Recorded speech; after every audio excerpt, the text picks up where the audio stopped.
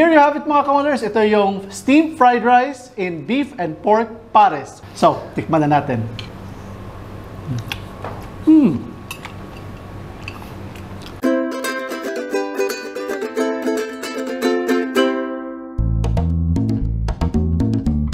Mayong adlaw mga kaigalaan. Ako si Chokoy. And ako si Mark. And welcome back sa Wandering Cuisina. Today's episode, ang lulutuin natin is something very special kasi combination ito ng different regions sa Pilipinas. We got inspired sa Cebu steamed fried rice. At pares galing sa Quezon City. However, may mix tayo or twist tayong gagawin. Instead of beef pares lang, gagawin natin ito pork at saka beef pares. Pagsasama natin yung dalawa. Exactly. So, ang tawag natin sa dish nito mga ka-wonders is steamed fried rice with pork and beef pares. Correct. So, ito ang proseso mga ka-wonders. Ang una natin gagawin mga ka-wonders, yung steamed fried rice natin. Lalagyan natin ng toyo yung kanin lamig natin. Yung steamed rice natin. Mga 2 tablespoon. And then, isang itlog. Hilaw na itlog. And then, i-mix lang natin siya. And then, a pinch of salt. Para may lasa siya. Yan, na-mix na lahat. So, ipa-fry na natin ito. I-on lang natin yung ating kalan. Painitin lang natin yung ating wok. Lagyan na natin ng konting olive oil. So, mainit na yung mantika natin. Lagyan na natin ng konting bawang.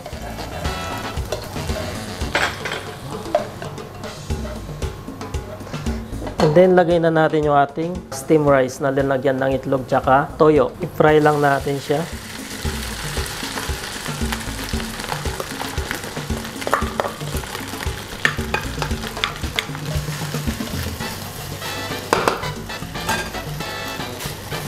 Haluin lang natin siya hanggang medyo matuyo siya.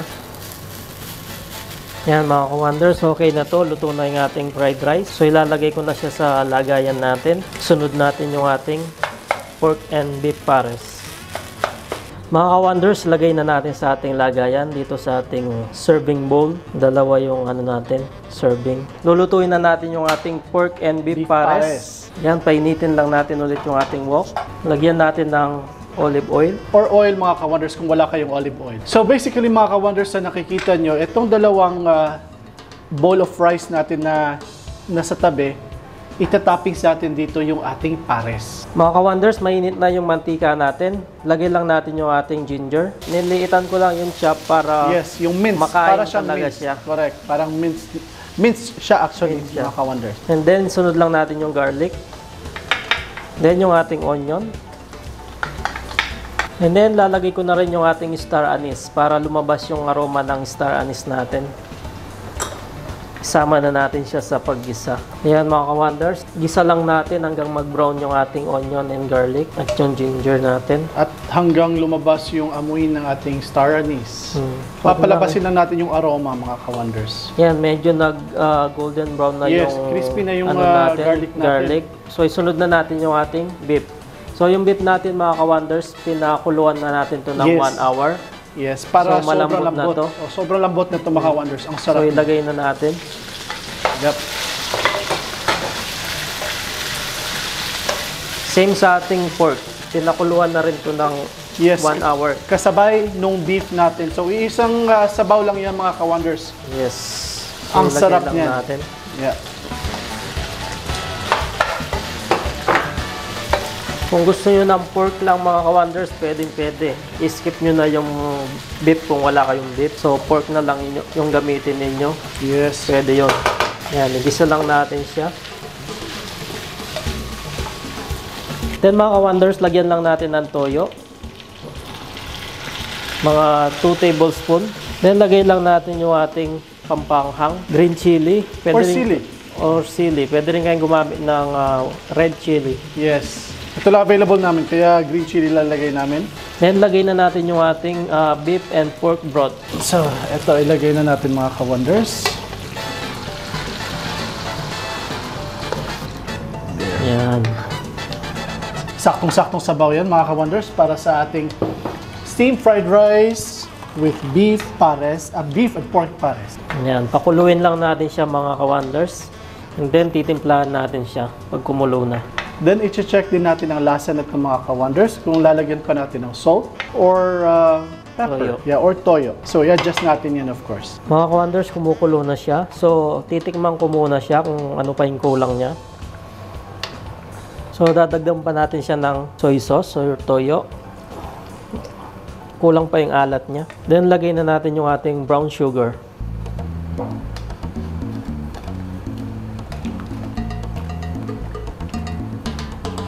Mga wonders, okay na yung lasa ng pares natin. So, lalagyan ko na siya ng pampalapot. Lagay lang natin. Yes, yung pampalapot natin mga ka-wonders, this is just a mix of cornstarch at saka tubig. Yes. Yan, nagiging pares na siya. Exciting. So, matitikman natin yung Cebu steamed fried rice. Tapos, biglang may pares. And I love it masabaw mga ka-wonders. Cebuanos love soup. Gusto namin yung medyo masabaw. So, perfect to kasi ang steamed fried rice is talagang masabaw siya. And usually, pork lang po siya. Wala po siyang beef. Tapos, may green peas po. So, in-adjust lang natin yung lasa mga ka-wonders with additional toyo. At saka yung cuts pala ng baboy mga ka-wonders sa steamed fried rice or steamed rice sa Cebu, pag kumain kayo doon, pure pork meat lang po yun. Wala po yung fat. So, eto, regular lang na cuts ng baboy natin. Belly. Belly po siya. Belly cut. So mga ka-wonders, luto na yung ating pork and beef pares.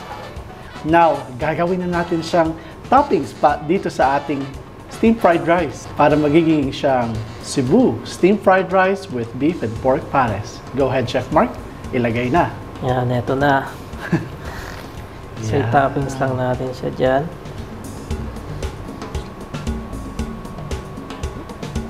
So, una natin nilagay yung mga laman. Yan. Maraming laman, mas panalo. Yan yung ating sudan. Then, isusunod na natin yung ating sauce afterwards. At ilagay na natin ang sauce or ang sabaw. Ito na yung sabaw, mga ka-wonders. Yan. So, ang concept nito, Chef Mark, alam ko taga Pampanga ka, ang concept nito is sobrang daming sabaw. Not totally na ma-cover or malunod sa sabaw yung rice natin. Pero at least yung sides niya, makikita mo na nandoon na yung sabaw talaga. Okay. So, enough na yan o sige pa? Dagdagan mo pa. There you go. Yan. Okay na yan. Tapos yung kabila naman, the same amount of sabaw. Dapat yung sides din talagang mapupuno siya ng sabaw. Oh my God, look at that. So, sinong may sabi na hindi pwede ang Cebu steamed fried rice? Tapos, ang isasabaw natin is Pares. beef, pork, and pares. So, yung nagbabalak dyan sa Cebu na magnegosyo na steamed fried rice, sige pa, dagdagan mo pa. So, yes, final touch. Toppings natin ng scallions or spring onions. Yan. Final touch. Now, titikman na natin mga ka-wonders. Here you have it mga ka-wonders. Ito yung steamed fried rice in beef and pork pares or pork and beef pares, whichever. Pero basta pares ang nandito. So, this is a mix of Cebuano dish at saka yung Quezon dish. So, tikman na natin.